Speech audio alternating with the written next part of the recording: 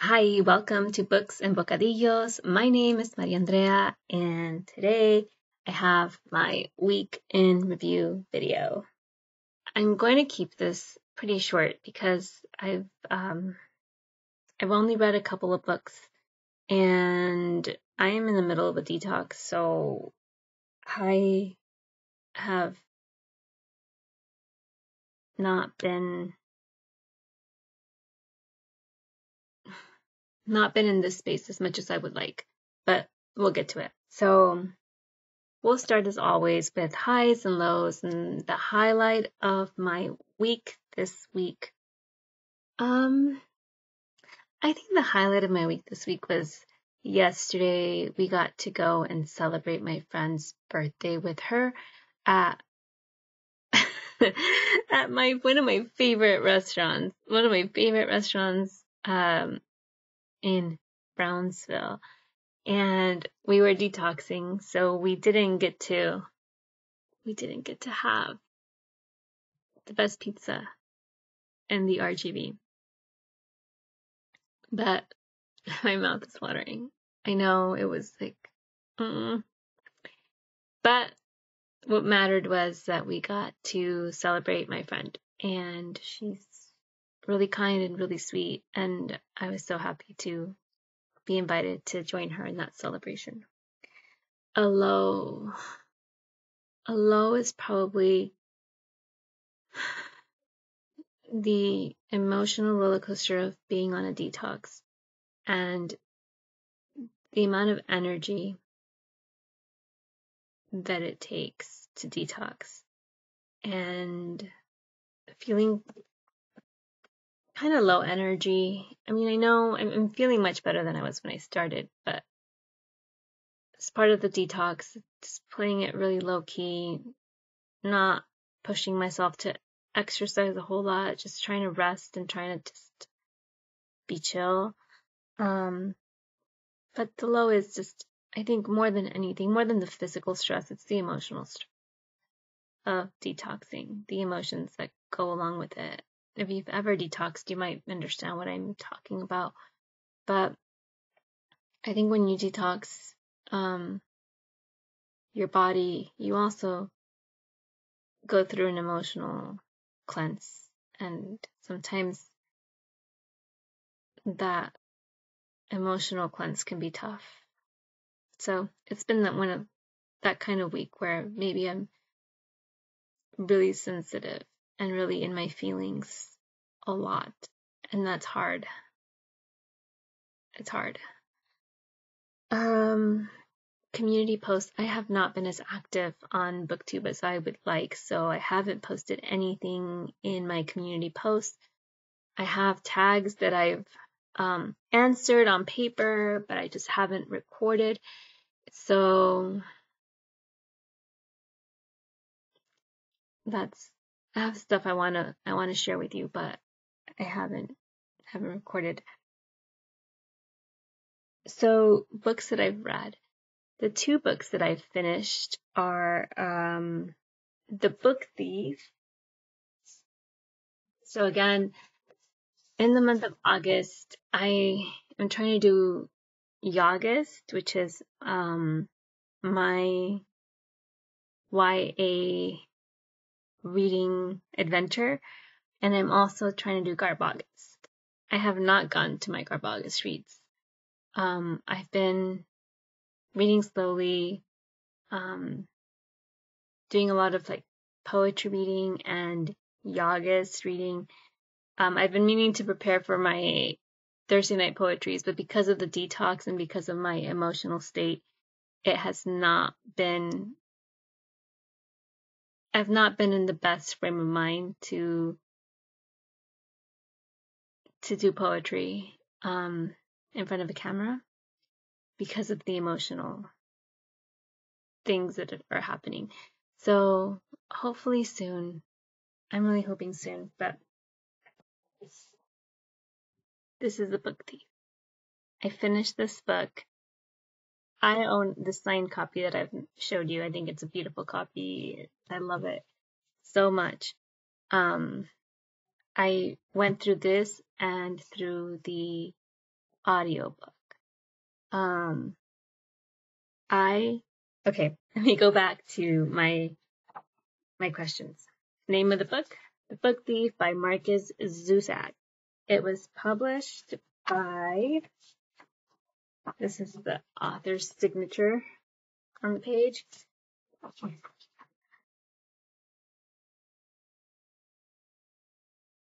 Knopf, New York, in 2005. I first, before I knew it was a book, I watched the Netflix movie, and I really loved that movie. It was one of my favorite movies that I watched that year that I watched it. And then I realized it's a book. And so I got a copy of the book.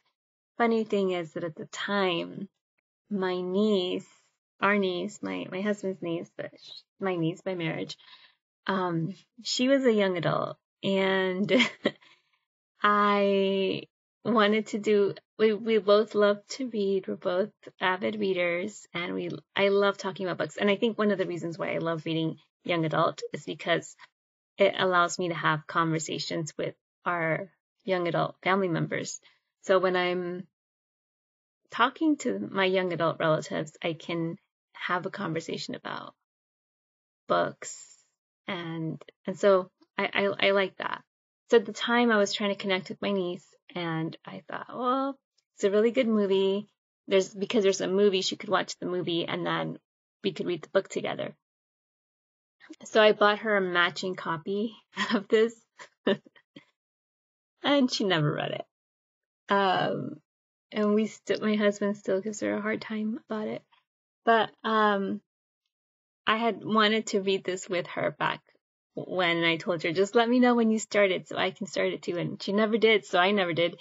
And so I finally thought, like, this August, it's going to get read. And I'm really glad that I did. I loved it so much. So, one sentence synopsis.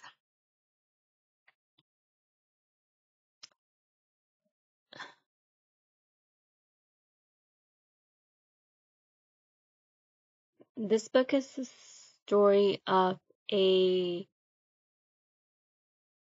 young girl who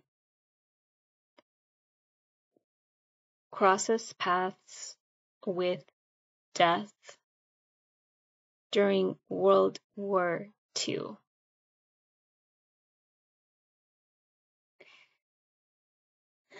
If this was a food or a food experience, what would it be? This is a food experience. So the kind of food experience it is when you're on a detox, or when you know you're not supposed to eat a certain thing that you really want to eat. So, and you like sneak it in, and you're like in the dark, hiding and eating your favorite thing that you love to eat, but that you're not supposed to for whatever reason. So for me right now, what feels very relevant is I've mentioned on this channel that I love the siete fresas con crema cookies. They're so good. And I have a bag on my kitchen table, and I can't eat it. And I look at this bag every single day. And the way that I think of it is the equivalent food experience to this book would be if I were to take that bag when I'm not supposed to, in hiding, and like hide in my closet and eat a cookie. I'm not going to do that. I'm just saying that's the kind of food experience that this would be. I also think like maybe if you sneak snacks into a movie theater, but it's not as, I don't want to say movie theater, it's kind of like that, but not really. No. I think it's more like a forbidden thing. Like, you're not supposed to eat this, you're not supposed to have this, but yet you take it and you inevitably consume it in hiding and enjoy it. And I feel like that's the equivalent food experience to my reading experience of this book. Star rating, 5 stars. No doubt about it. No questions asked. This is a 5-star read. And you would love it. You would love it if you enjoy historical fiction, you enjoy World War II fiction, if this is through a German girl's perspective. Death is a prominent character, so if you like a bit of darkness in your historical fiction, I think this is a good one. If you love compelling characters, if you love a female protagonist to root for, if you love family complicated family situations in books and stories,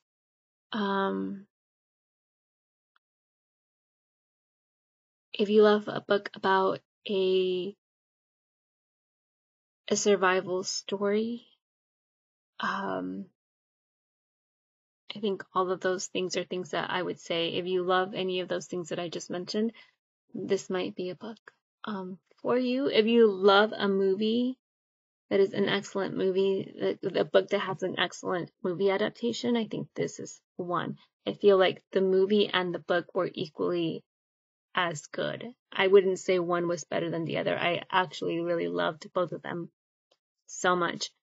I feel like the book goes more into detail, and of course there's more in the book than in the movie, but I feel like the movie was just so well made, and it was my first entry to the book, so it was a beautiful movie, so emotional. If you love emotional books, I think this is a great book. Highly recommend. Okay. And Heartstopper. Oh my goodness, Heartstopper.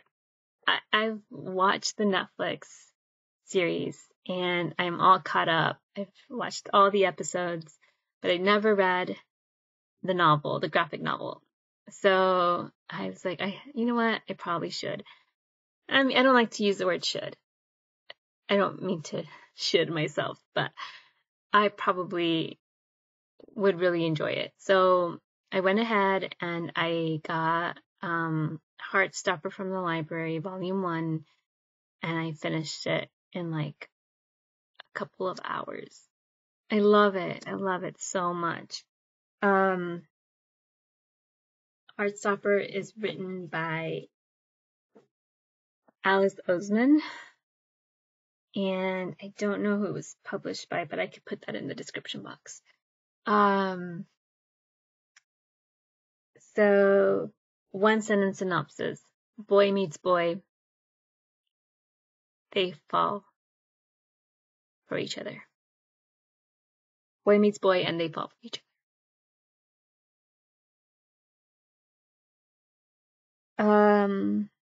If this book was a food or a food experience, this would be popcorn. It'd be popcorn. Maybe it would be caramel popcorn because it's so sweet. It's so sweet. And it's just like, you can't stop eating it. I think that's the food experience I'm going to associate to Heartstopper.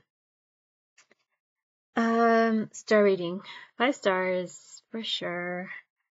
You would love it. You would love it if you, again, like a great adaptation, a great book to screen adaptation. I think this is a great combo. Like the screen adaptation is really great. The TV series on Netflix and the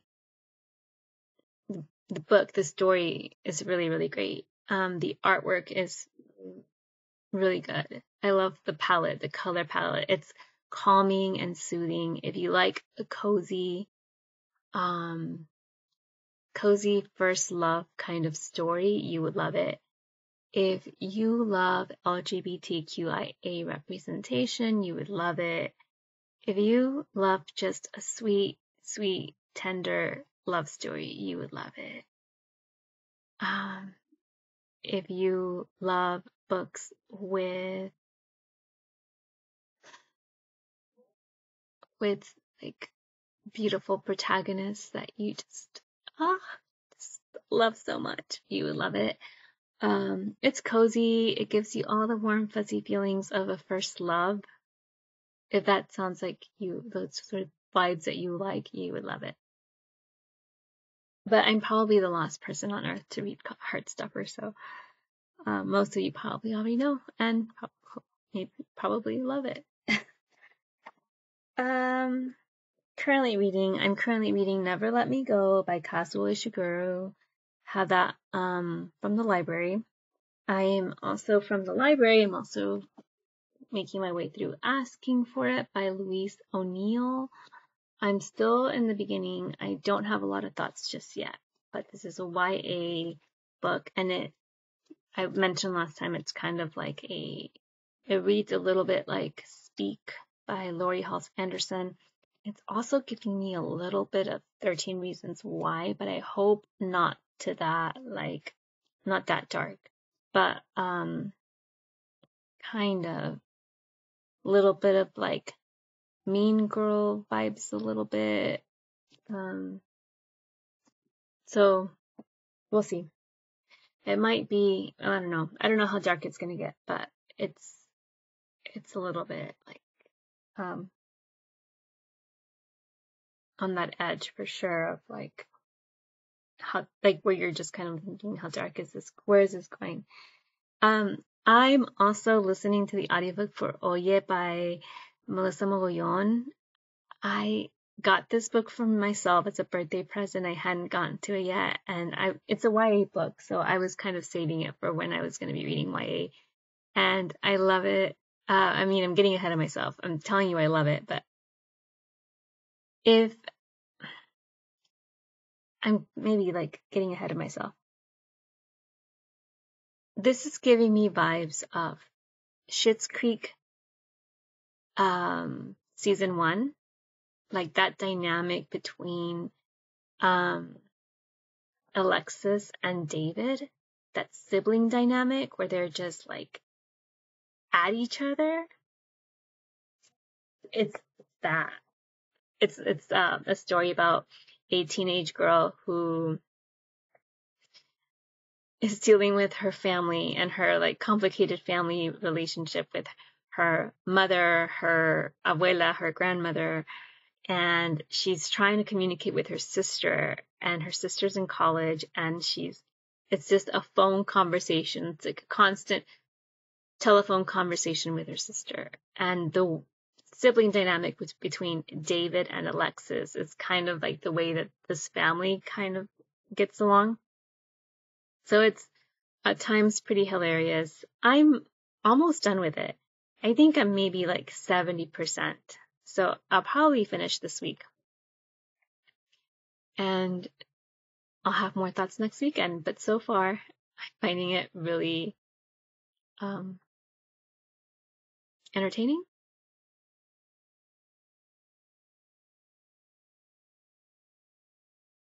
I also have this one that I picked up for August. I need to do a book haul. So I've kind of taken a break from the Read What You Own challenge and allowed myself to do some book shopping for reading projects that I'm working on.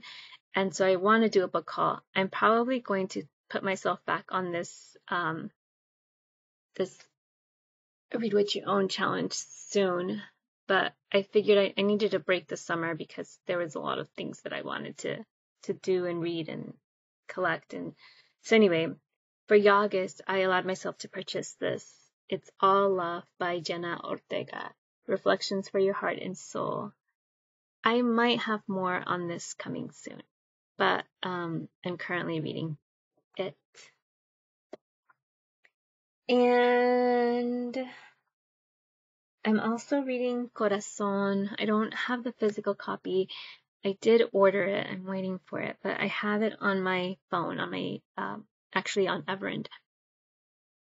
And it's a poetry book by Yesika Salgado. She's a poet from El Salvador, living in the United States. And I'm reading her collection, her volume 1, which is called Corazon. She has 3 volumes in her series, and there's all her covers are so beautiful. I'm really enjoying her poetry, so I'll share more about that soon.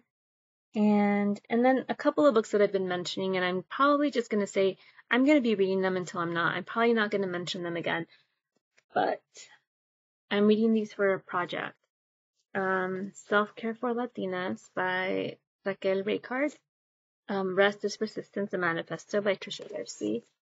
And this is a book that I've been reading and on and off. Set Boundaries, Find Peace by Nedra Tawwab, A Guide to Reclaiming Yourself. So these are books that I am reading with a friend. We're kind of putting together a project. And so we're reading these books together. Excuse me. And any DNFs? No, I have not DNF'd any books this week. Community connections. I haven't been as active in like filming and posting and doing all of that. So haven't had too many community connections, but one in particular that I did want to highlight is I mentioned last week that I was joining MJ's reading group read for A Court of Thorns and Roses by Sarah J. Maas due to the recent book ban of the book in Utah school districts or Utah libraries. And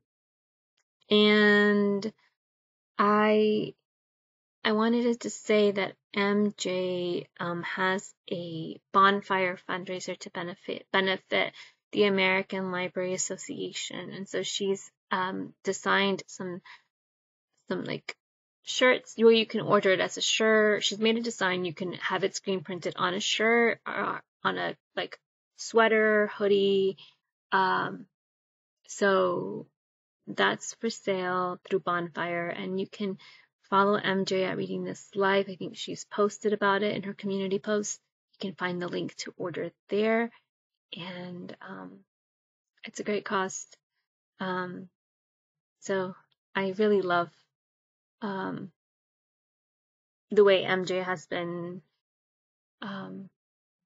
supporting or countering the book ban, supporting and advocating for local libraries and books that are under attack. So thank you, MJ, for all the effort that you put into being like a reading warrior. I love it. I love that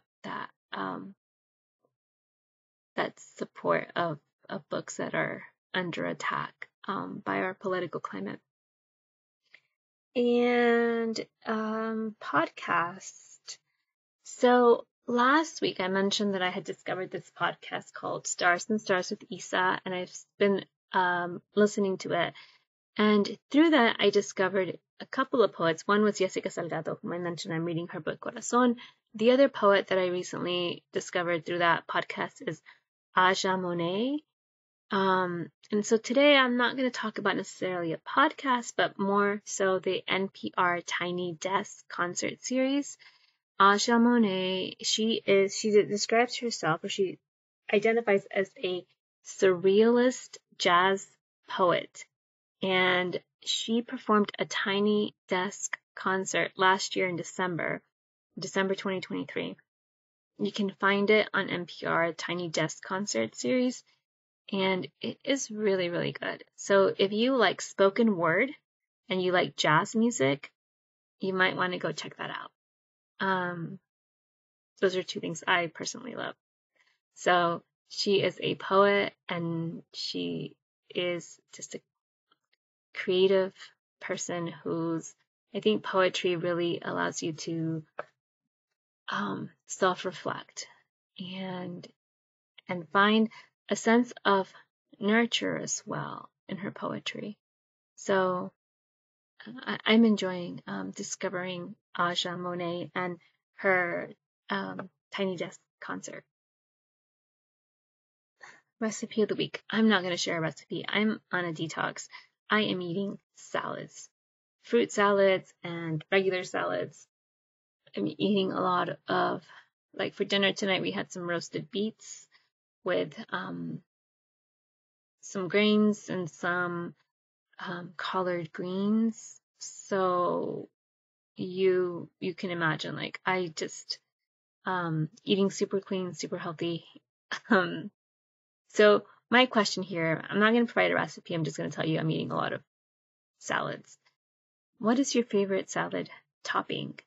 So on my fruit salads, in the mornings when I have fruit salads, I like shredded coconut as a topping. I'm really enjoying peaches. Those are in season. I'm really, really enjoying peaches. But in terms of toppings, I really like the shredded coconut. For like savory salads for lunch and dinner, I'm getting sleepy. Sorry, I'm trying not to yawn. I love the pepitas, like the pumpkin seeds, sunflower seeds, but I think the pumpkin seeds right now are my favorite. And also, of course, avocado. Whenever I get to have a salad that is topped with avocado, it's like I don't need the dressing as long as I have my avocado. I don't get to have hummus in my salads, but that's another, I mean, not for the detox, but outside of a detox, I also really enjoy topping like a dollop of hummus on my salad. But let me know, are you into salads? What are your favorite salad toppings? What I'm looking forward to. So I am starting a new job tomorrow on Monday. I'm a little nervous, a little anxious, but overall just looking forward to just something new. We'll see how it goes. And that is all I need to share today. I am getting really sleepy. Again, it's probably the detox. I'm just kind of low energy and probably should get some rest before I start a new job tomorrow. Thank you so much for watching. I will hopefully talk to you again soon. Hasta la próxima.